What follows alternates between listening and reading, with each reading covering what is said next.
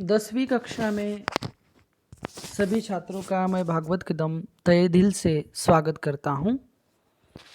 बच्चों, आज हम स्पर्श भाग 2 का पाठ साखी के प्रश्न उत्तर आज हम देखेंगे।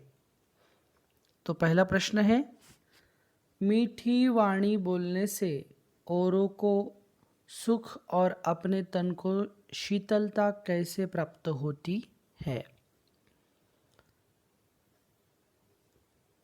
उत्तर, मीठी वाणी का प्रभाव चमत्कारिक होता है। मीठी वाणी जीवन में आत्मिक सुख व शांति प्रदान करती है। मीठी वाणी मन से क्रोध और घृणा के भाव नष्ट कर देती है। इसके साथ ही हमारा अंतःकरण भी प्रसन्न हो जाता है। प्रभाव स्वरूप औरों को सुख और शीतलता प्राप्त होती है। मीठी वाणी के प्रभाव से मन में स्थित शत्रुता, कटुता व आपसी ईर्ष्या द्वेष के भाव समाप्त हो जाते हैं। दूसरा प्रश्न, दीपक दिखाई देने पर अंधियारा किसे मिल जाता है? साखी के संदर्भ में स्पष्ट कीजिए।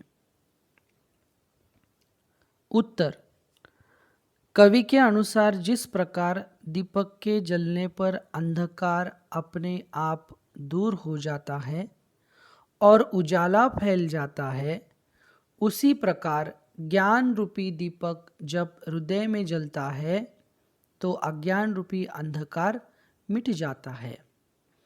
यहाँ दीपक ज्ञान के प्रकाश का प्रतीक है और अंधियारा ज्ञान का प्रतीक है। मन के विकार अर्थात संशय, क्रोध, मोह, लोभ आदि नष्ट हो जाते हैं, तभी उसे सर्वव्यापी ईश्वर की प्राप्ति भी होती है।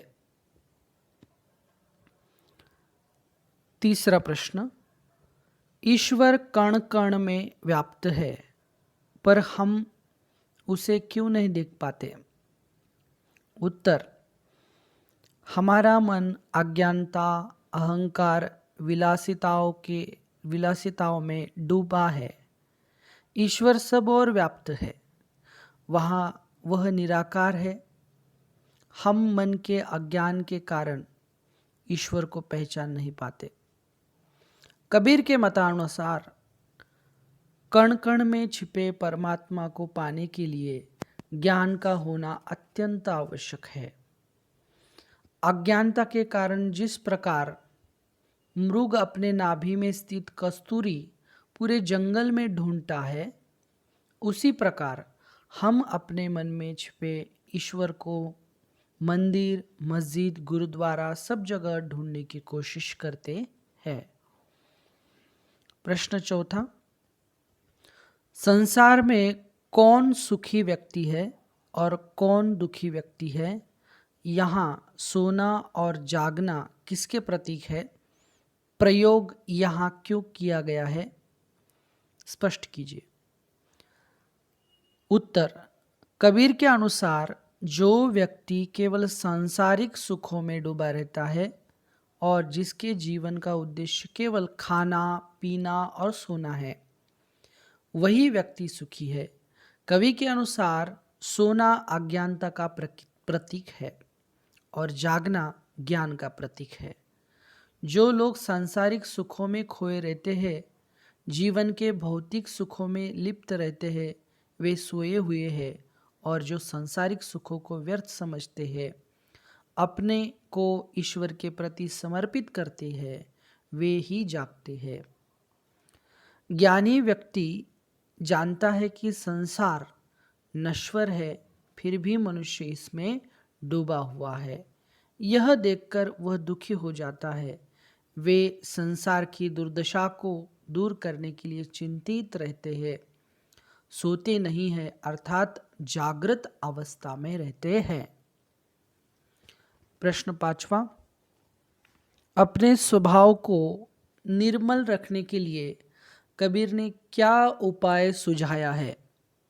उत्तर: कबीर का कहना है कि स्वभाव को निर्मल रखने के लिए मन का निर्मल होना आवश्यक है। अपने स्वभाव को निर्मल, निष्कपट और सरल बनाए रखना चाहते हैं तो हमें अपने आंगन में कुटी बनाकर सम्मान के साथ निंदक को रखना चाहिए। निंदक हमारे सबसे अच्छे हितैषी होते हैं। उनके द्वारा बताए गए त्रुटियों को दूर करके हम अपने स्वभाव को निर्मल बना सकते हैं। प्रश्न छठा, एके अशीर पीव का पढ़े सुपंडित होई, इस पंक्ति द्वारा कवि क्या कहना चाहता है? उत्तर: कवि इस पंक्ति द्वारा शास्त्रीय ज्ञान की अपेक्षा भक्ति व प्रेम की श्रेष्ठता को प्रतिपादित करना चाहता है। ईश्वर को पाने के लिए एक अक्षर प्रेम का अर्थात ईश्वर को पढ़ लेना ही पर्याप्त है। बड़े बड़े पोथे या ग्रंथ पढ़कर भी हर कोई पंडित नहीं बन जाता। केवल परमात्मा का नामस्मरण करने से ही सच्चा ज्ञानी बना जा सकता है। इसके लिए मन को सांसारिक मोह माया से हटाकर ईश्वर भक्ति में लगाना पड़ता है। सातवां प्रश्न, कबीरा की उद्धृत साखियों की भाषा की विशेषता स्पष्ट कीजिए। कबीर का अनुभव क्षेत्र विस्तृत था। कबीर जगह जगह भ्रमण कर प्रत्यक्ष ज्ञान प्राप्त करते थे। अतः उनके द्वारा रचित साखियों में अवधी, राजस्थानी, भोजपुरी और पंजाबी भाषाओं के शब्दों का प्रभाव स्पष्ट दिखाई पड़ता है। इसी कारण उनकी भाषा को पंचमेल खिचड़ी कहा जाता है। कबीर की भाषा को सदुक्कड़ी भाषा भी कहा जाता है। वे जैसा बोलते थे वैसा ही लिखा गया है। भाषा में लयबद्धता, उपदेशात्मकता, प्रवाह, सहजता, सरलता शैली है। लोक भाषा का भी प्रयोग हुआ है, जैसे खाएं, नेग, मुआ, जाल्या, आंगनी आदि। निम्नलिखित का भाव स्पष्ट कीजिए। बिरह भुअंगम तन बसे मंत्र न लागे कोई। उत्तर: कवि कहते हैं कि विरह व्यथा विष से भी अधिक मारक है। विरह का सर्प शरीर के अंदर निवास कर रहा है। जिस पर किसी तरह का मंत्र लाभप्रद नहीं हो पा रहा है। सामान्यतः सांप बाह्य अंगों को डसता है, जिस पर मंत्रादि कामयाब हो जाते हैं, परंतु राम का विरह सर्प तो शरीर के अंदर प्रविष्ट हो गया है। वहाँ वह लगातार डसता रहता है। कबीरदास कहते हैं कि जिस व्यक्ति के हृदय में ईश्वर के प्रति प्रेम रूपी विरह का सर्प बस जाता है, उस पर कोई मंत्र असर नहीं करता है। अर्थात भगवान के विरह में कोई भी जीव सामान्य नहीं रहता है। उस पर किसी बात का कोई असर नहीं होता है। निम्नलिखित दूसरी पंक्तियों का भाव हम स्पष्ट करेंगे। कस्तूरी कुंडली बसे मृग ढूंढे वन माही। उत्तर: इस पंक्ति में कवि कहता है कि जिस प्रकार मृग की नाभि में कस्तूरी रहती है किंतु वह उसे जंगल में ढूंढता है, उसी प्रकार मनुष्य भी अज्ञानतावश वास्तविकता को नहीं जानता कि ईश्वर हर देह घट में निवास करता है और उसे प्राप्त करने के लिए धार्मिक स्थलों, अनुष्ठानों में ढूंढता रहता है। तीसरा भाव हम स्पष्ट करेंगे तीसरी पंक्ति का।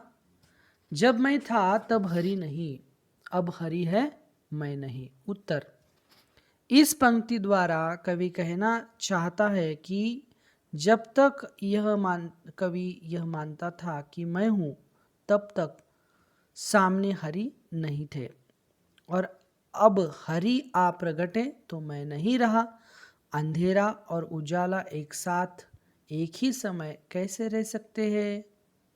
जब तक मनुष्य में अज्ञान रूपी अंधकार छाया है, वह ईश्वर को नहीं पा सकता।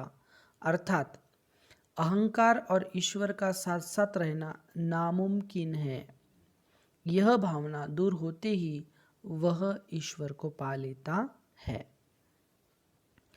निम्नलिखित चौथी पंक्ति का हम भाव स्पष्ट करेंगे। पोथी पढ़ी पढ़ी जग मुआ, पंडित भया न कोई। उत्तर, कवि के अनुसार बड़े ग्रंथ शास्त्र पढ़ने भर से कोई ज्ञानी नहीं होता, अर्थात ईश्वर की प्राप्ति नहीं कर पाता। प्रेम से ईश्वर का स्मरण करने से ही उसे प्राप्त किया जा सकता है। प्रेम में बहुत शक्ति होती है। जो अपने प्रिय परमात्मा के नाम का एक ही अक्षर जपता है, वही सच्चा ज्ञानी होता है, वही परमात्मा का सच्चा भक्त होता है।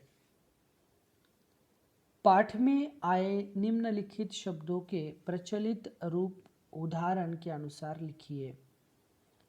उत्तर, जीवे का अर्थ है जीना, औरन का अर्थ है औरों को, माही का अर्थ है के अंदर, देखा का अर्थ है देखा, भुवंगम का अर्थ है साप, नेड़ा का अर्थ है निकट, आंगनी का अर्थ है आंगन, साबन का अर्थ है साबुन, मुआ का अर्थ है मुआ, पीव का अर्थ है प्रेम, जालो का अर्थ है जलना, तास का अर्थ है उसका। इस प्रकार हमने आज साखी के प्रश्न उत्तर देखे हैं। इसको बार बार आप सुनेंगे तो अच्छी तरीके से आपकी पढ़ाई हो सकेगी। धन्यवाद छात्रों।